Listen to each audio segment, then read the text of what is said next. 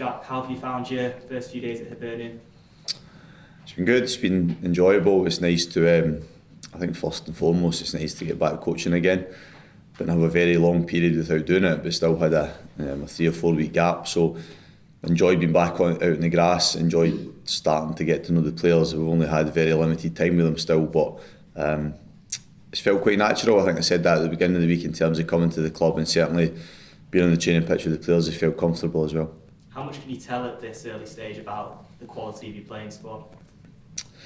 Well, I think you can. I think in terms of the quality, I think you can get a very quick impression of how good players you have at your disposal, and there are good players here. On paper, they look like good players, but even the time I've spent with them this week, there's a lot of talented players within the squad across different positions. The next part is getting to understand how they transfer that onto a match day. Because doing it in training and having ability is one thing, it's then how you take it across to match day, and then how you handle the psychological aspect of the game, and a lot of that comes with then me starting to get to know players. So that's the part that I'm only just really starting to get to know them, even in terms of conversation and relationships, etc. But a lot of good players within the group. Leanne was eager to say, even before you came in, that there'll be money available, or at least there'll be additions made in January. At this stage, do you know what sort of players you need to bring in? No, I mean, initially that assessment for me, the squad really only is beginning. And ideally, I would like to not have to do much in January, because that would mean that between now and the start of the winter break that we had picked up a lot of points, and that would be the perfect scenario for me. So everybody has different approaches, but certainly for me, it's not sitting here and having this threat over the players that I'm going to bring players in January. I want to enjoy starting to work with what I have here, and as I said, the ideal scenario for me is that they're that good that I don't have to do anything in January. That would be perfect. And as you said, you can see that there is quality in the squad. From the outside looking in, and also with the benefit of being here for a few days and getting to know the players, where do you think it had gone wrong for Hibs in the first part of the season? Well, I think there's fine margins a lot of the time in football, and speaking to people, that my last 18 months have been very much immersed in English football. So speaking to people before I came here about the squad and the team in this season, there was a lot of that involved, in a lot of fine margins, a lot of belief that there was a good argument to put forward that the team should be certainly more points better off. So that fine margin would mean that there's not an awful lot went wrong. So for me, it's not really a case of looking back the way, because the only thing that I can affect is what I can do from really Tuesday when I started to work with the players. So that's what the concentration and focus is on. I think a lot of the frustration from the fans' point of view was the sort of lack of attacking freedom that the players had, and then in the last game against St Johnstone, Eddie May played 2 up front and won 4-1. Is that something you'll look at and maybe take inspiration from looking forward in terms of how you set your team up in the next few weeks? I think first of all, it's made me slightly surprised that Eddie's not got the job, to be honest, if you put it like that. But you take in everything that's gone beyond this season as much as you can. But really, as I said earlier, it's about what we do from this moment forward rather than looking back the way. But I've got to get a feel for what works best within the group. I think I said that before I came. I've never went to any club with a rigid and structured way of playing. I think I've taken my time to assess what's the best way, getting the best from the players, and that'll be the same here. Yeah, and you only really had a few days with the players before going into a game against a team who have been doing really well this season as well. Just how immersive as your first week had to be, how much time have you had to spend on making sure that you're comfortable with how much preparation and how ready you are for that? It's a good question, and I suppose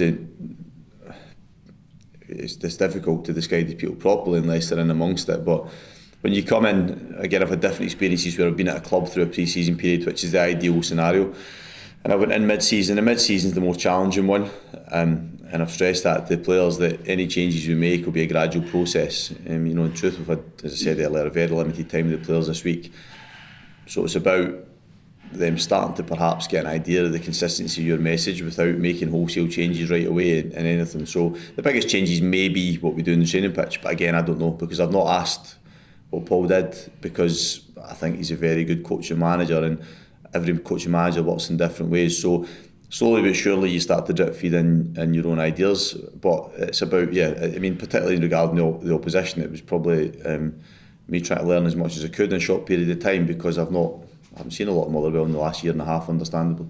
How much or how valuable, like Grant and Eddie and Steve Whittaker, who's helping out in the coaching as well, how valuable have they been this week for you?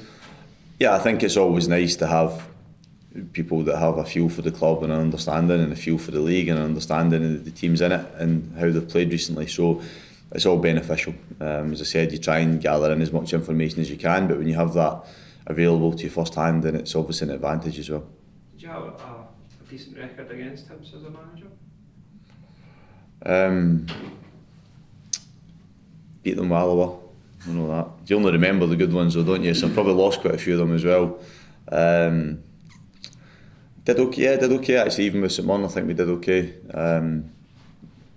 So yeah, I probably had mixed times at Easter Road, both as a player and as a manager and coach, but did okay. Maybe looking forward to getting the dugout though, and is it an exciting one? And it's a big game, you know, going pretty well. I suppose in a position that you're going to want to kind of really target. Yeah, I think being at home is a great way to start. I think it's probably just mentioned in the previous answer that having been involved in games at Easter Road as a player, coach and manager, I always enjoyed going there. It's a terrific venue to be involved in, and now having the opportunity to be there as a manager of Hibs is fantastic. So, but yeah, that good barometer for us for me to gauge where we're at and obviously where we aspire to be, because right now Motherwell are in positions in the league that we would like to be in at this moment in time, if you like, and give us that platform. So a good test for us. Have you set yourself any targets, and what would your message be to the Hibs fans at this stage?